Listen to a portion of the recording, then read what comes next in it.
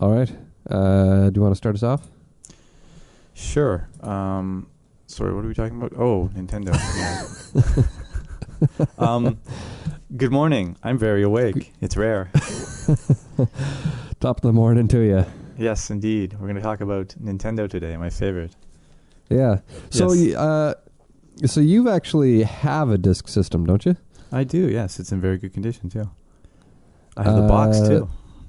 Nice. Yeah, I actually, until I got this mini Famicom, I actually never had a Japanese system before at all, period. So maybe you'll have some nostalgic tales of what it's like to deal with the disc system and flipping your discs back and forth. And I could indulge that a little bit. I mean, I remember in like junior high really getting involved in kind of importing games and realizing everything we in the West were missing, like all the Japan-only games. At that time, like, for example, Final Fantasy V was a Japan-only game, right? Like, now I think it's part of the PlayStation collection, and a lot of that stuff is just more readily available, and the knowledge is more out there. But back then, it was like no one knew it existed, really, and it was just amazing to have, like, see people playing this game in emulation and stuff. Like, it was just, I don't know, a fascinating world to get into. So I, of course, wanted the original hardware, so I did start importing things back then. And I'd played like disk system, or I'd at least seen disk system, emulation happening. But to play the real thing is definitely something else. I mean, it's just like someone who's never played the original Nintendo and has just played a remake or a ROM or something. They miss out on that whole like blowing the cartridges and just trying to get the thing to work, that whole experience, which of course is not a good thing, but for us it's just part of it, right? I think. Yeah. I mean, that was literally half your game time was especially trying to get rid of the colored screens. Yeah, I often get friends together and we just try and go through like 20 games in one night just to kind of check out a bunch of different stuff and have fun. And it really is like half of the game time when you do that. But the disc system is very much, it's just a unique experience. I think if you play a physical disc system, to just, I don't know, see the thing like doing its thing and just observe the technology of the time is fun. I guess the characteristics you miss out on by not having the actual disc system. First of all, you need the actual original Nintendo, and then you use both systems together and connect them together. Right. So you have yet another point of failure because you have another physical connection that can go bad. So when something doesn't work, you have to like check everything, and it's a nightmare. Although I don't know, my connection is very good, so I think I've like maybe twice ever had that not work out. But it's just a very loud and physical thing. And so first of all, loud, I mean, every time it loads, it's got like this weird clicking noise, like I remember my back in 94 when we got our first PC, I feel like that used to do that too. Like you would turn on your computer and there would be some physical parts moving. Yeah. I remember my first CD drive for my computer. It would make this like zzz, zzz, zzz, zzz, zzz noise. I guess like PlayStation 1 did that, right? Zzz, yeah, every time you put in a CD back in the day, it would go like... Yeah. There's some of that. The disc system, though, is funny because it's like I don't know if you've played. I guess you've played it on the Famicom Mini, but if you've played or seen... Isn't entirely the same, obviously, but... Yeah, well, sure, but I mean, if you've played or seen a ROM... someone playing like the emulated games, you'll always get that load screen. Yeah. It's like loading now, and it's just like you just wait. But the physical thing, during that time, it's really going zzz, zzz, or it's like it felt very mechanical. Like the PlayStation Drive almost sounds like, I don't know, consistent at least, right? It's like zzz, zzz, zzz. This is like literally like things clicking and grinding. It's funny. And just the other thing, I guess, like, again, you see this in emulation, and the emulator usually handles it in some way, but it's always like flip the disc to side B or something. Like you actually eject the game and flip it over. It's like PlayStation again, where you had to switch discs. You had to swap discs. Except you're doing it constantly. So you're flipping the disc or flipping it to the second disc or whatever. Yeah. So it's one of those weird nostalgias where it's a pain in the ass and it sucked, but it's just part of the experience, I guess. So it was kind of fun. Yeah, I mean, I guess that takes me back because we obviously played some DOS games. Like I remember playing the original Quest for Glory games from Sierra, and Right. you have to install from 4 floppy disks, and it was kind of the same way, I think, where like you wait for the disk to finish installing, and then you have to eject it and put in another one, and Only it's like you're installing all the time. yeah. Since obviously you don't install onto a hard drive, it's just always. Yeah.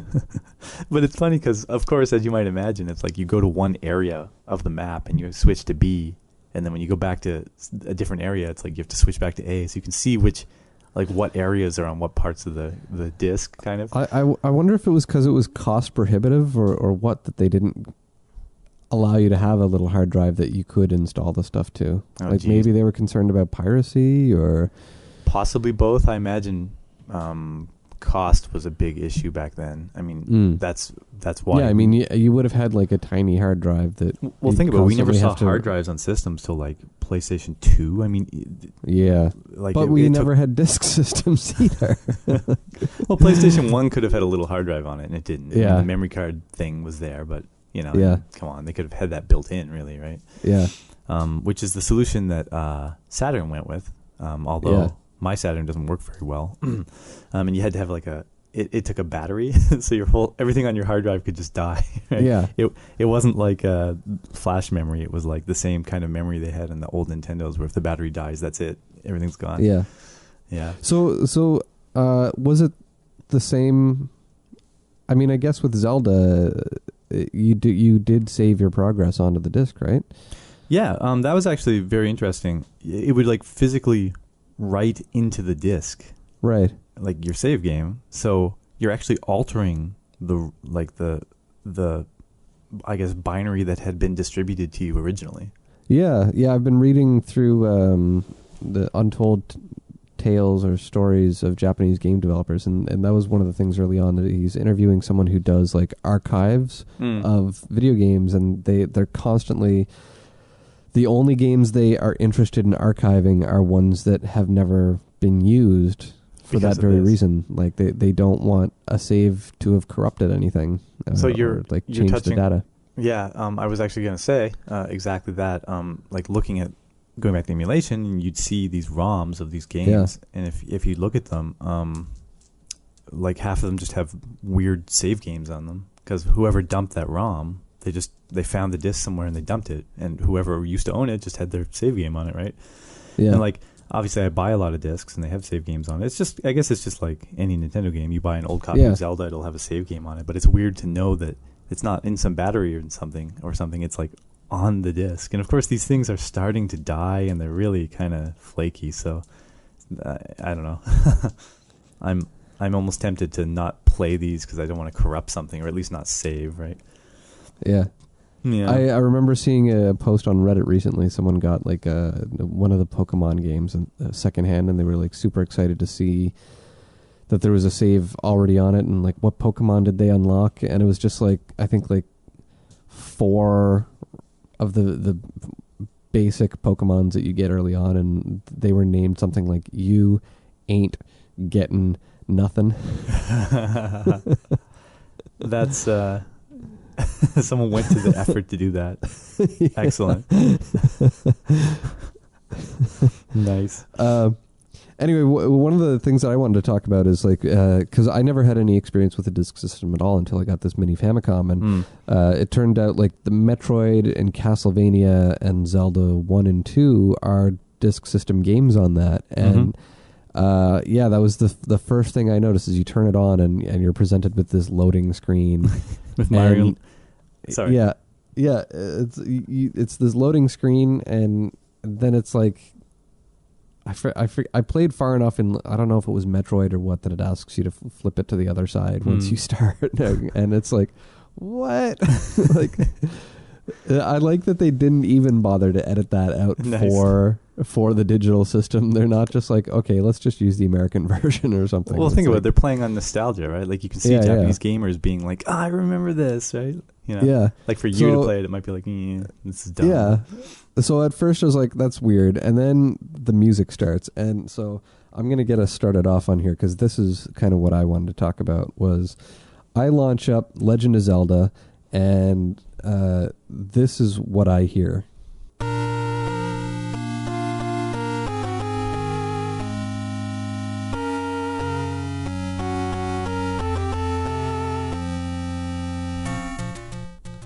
And so right off the start, I didn't immediately notice it with those first few notes, but once it got I into do. this part and it's got like this like rhythm section, there's like these horrible bell sounds and like it's very distinctly what I remember computer games sounding like, not what I remember Nintendo games sounding like.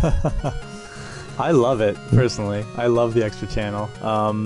It's funny to think this is the original, right? Like this, Yeah. They had to take this and massage it into what you played as a cartridge game growing up. Yeah. And it's so weird and alien to me. It's like, I mean, obviously it's the same song, Mm-hmm. but I don't know. Like, I've used Famitracker a bunch in the past few years. They have the and- track on them, don't they? Yeah, but I mean, not with the disc system stuff. I was so sure they had the disc system sound. Well, I think it's mostly it's like a samples or something. Anyway, I don't know actually. I mean, Famitracker is specifically the Nintendo sound chip, Right. which is, I mean, immediately now this is the Nintendo version, and immediately like you can tell that these sound waves sound differently. Yeah. And the drum, like it's totally just a noise channel. It's not like Yeah. No bells. it's no bells. It's so much cleaner. Cleaner. Yeah. Well, that's one way to look at it for sure. I mean, depending on how you look at it, like maybe it's emptier because there's fewer sounds, right? Yeah. It's interesting for me because I'm like looking at the sound waves right now as they're Yeah. playing, and like just looking at the track itself, you can tell that it's emptier. Well, certainly it's just pure sinusoids, or mostly pure, I imagine. Yeah. Man, it's like a few points I wanted to interject and say some things, and I forget what I was going to say.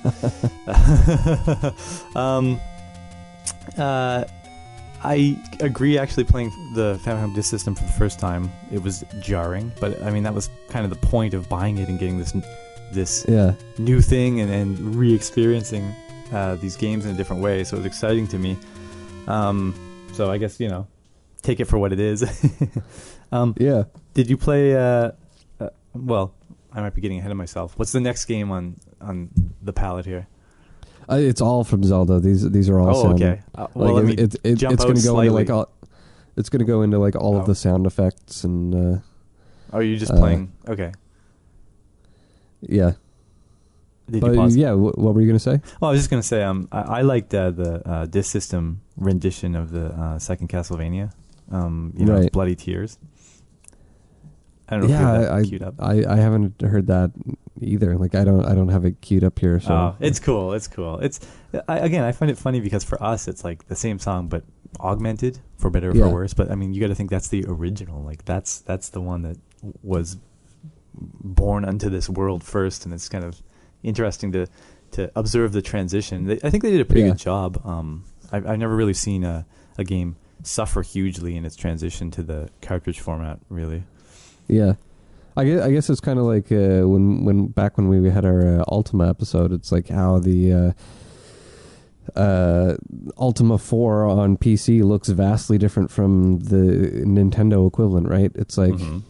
I mean, they maybe it was different with the disc system, how much code was and graphics and stuff were able to be just ported over, but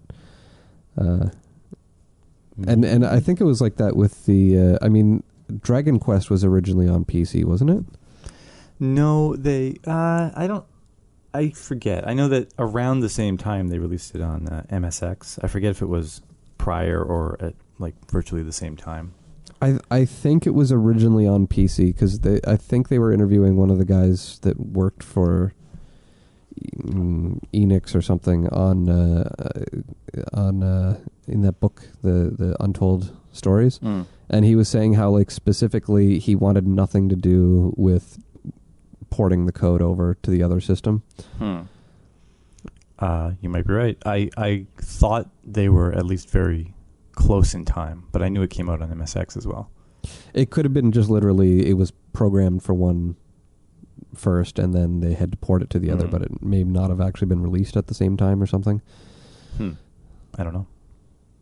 But yeah, it was that was very different graphically, and I don't know about the audio. I would assume the audio is different too. I think I've played it, but I don't. Because at least when they moved it over to the English version, like they added sprites, so like the character faced different directions when you moved different directions and stuff. Yeah. I just looked it up. It came out on Famicom first, and then within the same year was ported to MSX. Okay.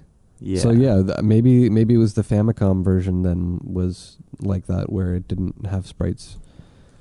But then when they made the English version, they've actually added animation and stuff to it. Well, they changed the first one a lot. Yeah, if you played the original Dragon Quest, it's a hard game to play. Yeah. Yeah. It's the connection to Ultima are a little more obvious. Yeah. Yeah. Anyway, so the next few sounds that are coming up here are sound effects. Let's hear it.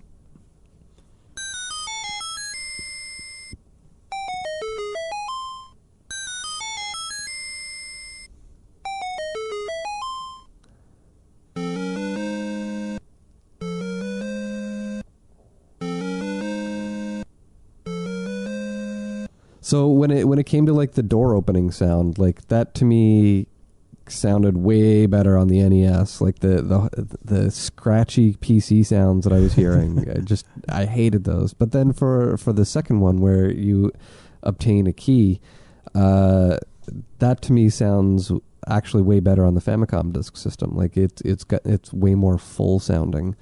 Yeah.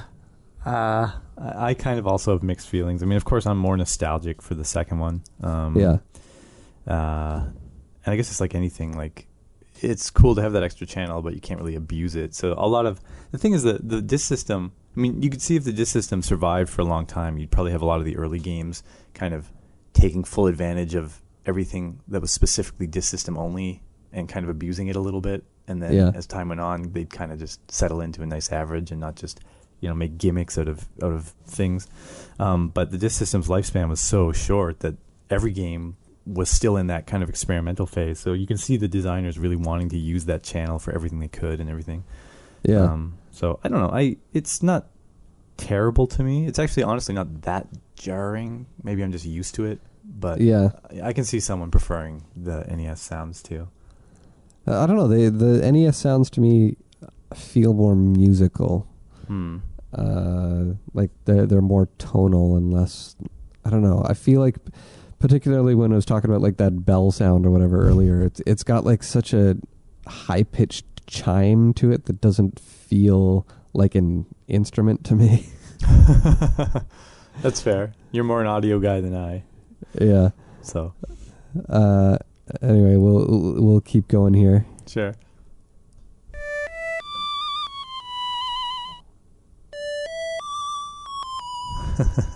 Like you could that the Famicom one there that just played, that sounds so much more lifeless to me. Yeah, maybe. And then I guess this is the final dungeon, and this just sounds like the NES one. This is the disk system version, and yeah, you're right. Once the other one starts playing, they to me sound basically the same. The waveforms don't really look any different either. So this is NES. It's like they lowered the tone on it to make it sound like a little bit more gloomy. But otherwise it sounds pretty much the same to me. Yeah, they probably decided that that belly chimey thing didn't really jive with kind of the, I don't know, moody thing they were going for, I guess. Yeah. Oh, yeah, I hate that sound. Have you ever seen any of those videos on YouTube where people like make video game covers out of physical hard drives? Video game covers out of physical hard like they'll drives, play like no. the Street Fighter Guile's theme, but it'll be like physical hard drives. Oh. I've seen stuff like that. Like that's the same feeling I get from this, where it like, I don't know. It definitely sounds like a computer to me. And you don't think that all the square waves and triangle waves sound like a computer? I don't know. I think you're just very used to them and prefer them. Don't you think that's part of it? Yeah, it's part of it, yeah. Yeah. Like this part here I don't mind at all. It's like that bell sounding type thing that just, it grits on me. And then the NES version. Yeah. Yeah, I certainly don't prefer the disc system rendition of these ones.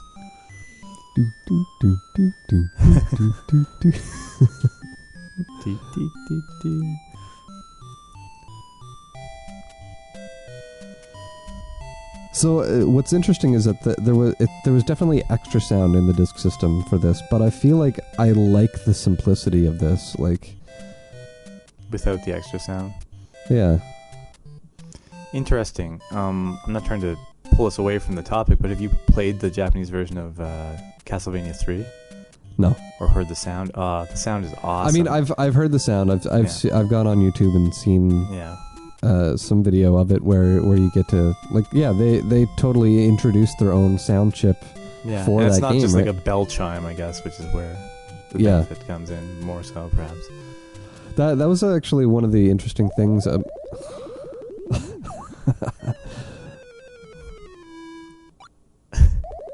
That sounds like the dog laughing in Duck Hunt. That's supposedly Link dying. What was I saying there? It's that was one of the interesting things for the Nintendo is when they realized that they could upgrade the sound on the cartridge itself. Well, it was less a realization and more a feature from the start that no one took advantage of. Like if you look at the pinout of the cartridge, they actually they channel the sound up through the cartridge and back out. Yeah. So almost every cartridge maker just shorted those so that the sound just went through, right? But you had the opportunity to then augment the sound there. So anyone that did put a special chip, they actually made use of that, right? Yeah.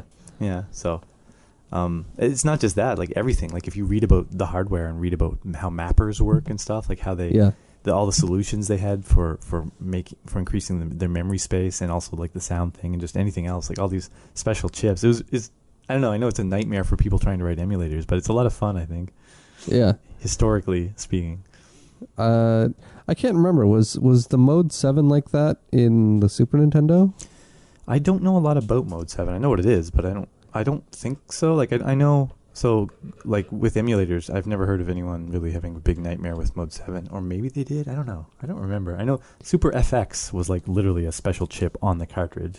Right. Maybe that's what I'm thinking of. Yeah. Mode 7, I don't think so. Super Nintendo definitely had a lot less of those like special chips and stuff, but you had Super FX, and then I think Capcom had one weird one. I forget what it was called. They had it in all the Rockman, Mega Man X games. Those have special chips. It's interesting because I read that Console Wars recently, and that was one of the things that was getting thrown around at the time was like Nintendo was like really excited about Mode 7, and they were advertising this thing as like the new amazing thing for Nintendo that's going to be in Mario Kart. Mm-hmm. And you know it made Mario Kart look kind of 3D, even though it's like not fully polygons, right? Yeah. And Pilot Wings was like all Mode 7. So Sega at the time was basically like, okay, what do we have that we can tout? Like, what what technological breakthrough do we have that Nintendo doesn't have? And they're like looking at all the specs, and there's this thing called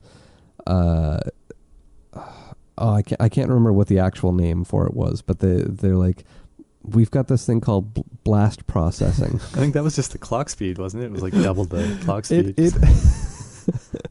I forget exactly what it did, but it essentially did nothing. It was like something that just like allowed the graphic to load like a millisecond faster or something. It was essentially nothing. And they're like, oh. I remember the Sega commercials where they were talking about blast processing and showing all their super fast games, and oh man, Sonic runs so fast and whatever. And they said that at the very end of the commercial there was some comment like, just make sure you don't get stuck with Nintendo or something. And they showed this like van like slowly driving away playing Mario Kart. Like that was a huge commercial they did. They actually hired like a big expensive race car to go down to the desert and like drive as fast as it could, and then they had this like broken down vehicle with Mario Kart on the back, and and like my friends and I, we were like hardcore Nintendo fans, and we were like so offended that they would use Mario Kart as their demonstration of how Nintendo is slow, and we were like, it's supposed to be slow, they're carts, what are you talking about? Ridiculous. But yeah, that was the hilarious thing that they were doing at the time, and it's like the blast processing was essentially nothing. But nobody knew that. They were, and I remember seeing an angry Nintendo nerd or angry video game nerd, whatever he goes by these days, where he was mentioning the Sega stuff, and he was like, "What is blast processing?" That was one of my favorite episodes. Yeah. Well, it's such a mockable thing now. Back then, I mean, it's people are saying this is some computer thing we sell to kids, just whatever excites them. Right now that like all those kids have grown into skeptical adults, we're all like, thanks Sega. It's like such a mockable thing. It's pretty hilarious. It is. Anyway, let's get back to the last 3 minutes here.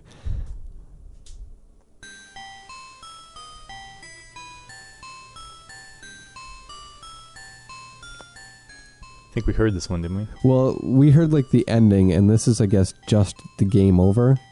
And so it's like just the bell sound minus the actual music. So it's like fully everything. I hate it.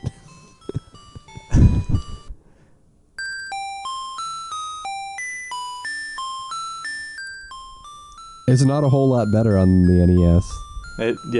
It's those notes are high enough. It's kind of screechy.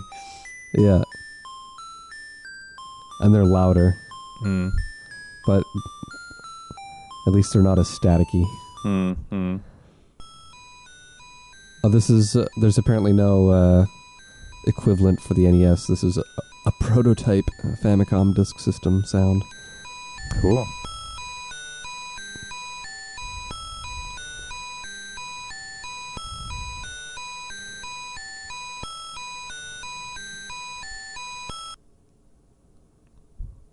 Epic. So, getting the heart.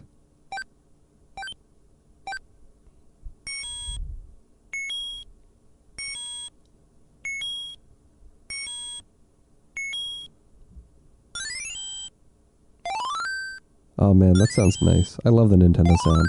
I know. It sounds more full, and I think that's partially just because they brought stuff down to a slightly lower tonal register. Again, it's worth I guess reiterating, like the Famicom Disk System was an augmentation, right? So it was capable of everything the NES was. They just chose to make it different. You hated the extra. Yeah. I like the sword shooting sounds. I actually talked right over it. You should play it one more time. Yeah, I'm going to.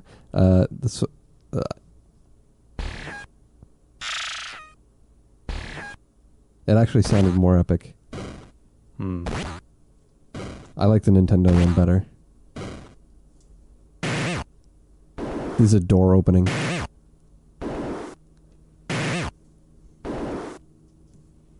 Enemy deaths. Oh god. That's the boss. I know what all these are. See, for that one, like they totally just used like the sound channel that you could import sound, right? I like the sound of that better than trying to make it with the sound waves. This is boss sound B.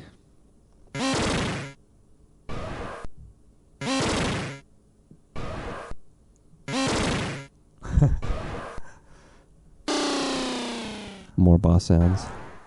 It's very, very difficult for me to be objective. I mean, there's a certain charm to the assistant sounds I just like. Kind of, and you're going the opposite way. There's a certain charm with your Nintendo sound you like. I love the Nintendo sound to death. The Famicom Disk System sound to me is like there's just so few games that actually had it that it's kind of it's like a sub genre or something. It's just fun for me, kind of. So it would be easy to convince me in a lot of these cases the NES sounds better, but. So now that we're at this one, what do you think of the cursor sound? Play it one more time.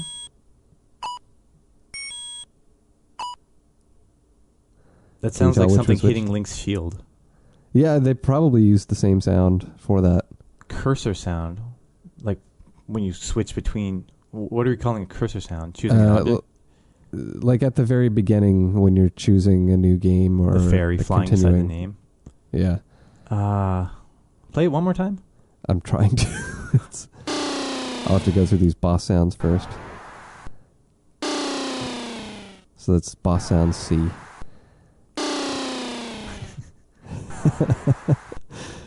The boss howling.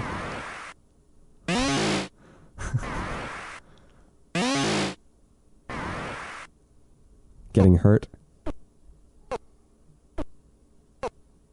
Those are just quite Game similar. over cursor.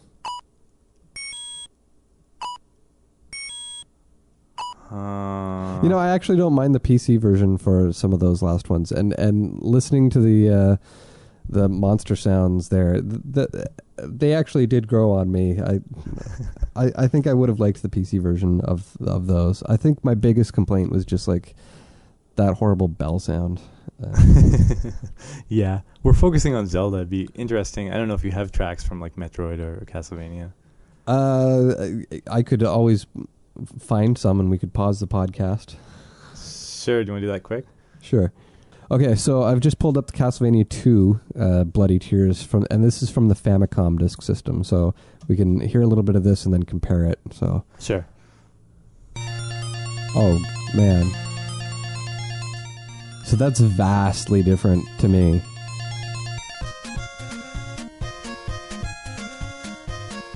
It's not too different once it gets to this point. I feel like the rhythm section, the bass and the noise is more distinct than I remember it being.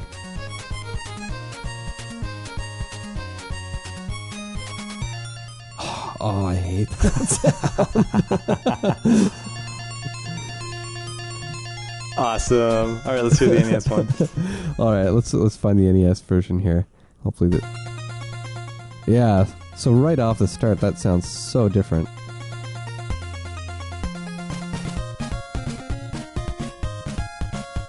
I'm kind of mixed. I mean... I think the main part I preferred on the Disk System, but that opening, I hated it. Yeah. I think I feel the same way. You've kind of convinced me about the bell chimes being not so likable. It's interesting though, right? Like I guess that's the thing. Like I was talking to someone at work recently, and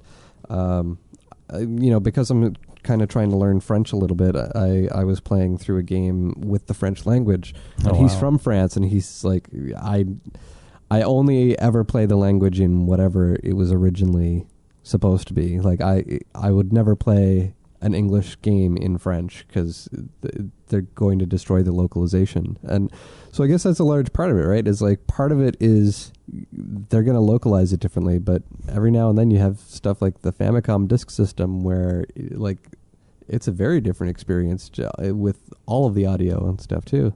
Mm-hmm. We could do an entirely full different episode on differences because there's much more beyond just audio, right? Yeah. Yeah. Indeed. Is that a good enough awkward pause? That was a good awkward. There's been lots of awkward pauses. Are we going to keep them or cut them? I do both sometimes. We'll leave that one just because it's particularly awkward, and then we commented on it. And because we've wasted seconds after talking about it. Yeah. Yeah. Have you ever seen? Did you ever watch? Oh crap! What's his name? Craig Ferguson. Did you ever watch his talk show? What is it? Oh, did you ever watch the Drew Carey Show? Yeah, mildly, a little. Cleveland rocks. Yeah. The supervisor in that show, he was like an English guy. Yeah. I can't remember his name in the show, but he's a Scottish comedian named Craig Ferguson, and he eventually had a late night show similar along the lines of like Conan O'Brien and Jimmy Fallon and them. And he basically had the ability to do it however he wanted, and he didn't really give a shit. So everything was just kind of like half-assed. Like he at the beginning of each interview, he would like tear up the card that had all the questions on it, and then he'd just wing everything. But he would have a thing where he would allow people to end the interview in one of three ways. Like either they could play a harmonica, or they could play some trivia question, or they could have an awkward pause. Okay. And so, yeah, it was just a thing where, like, a lot of the time they'd have him and celebrities on TV for, like, 30 seconds just, like, staring at each other doing nothing. Awesome. We'll have to start ending all of our podcasts with awkward pauses. Yeah.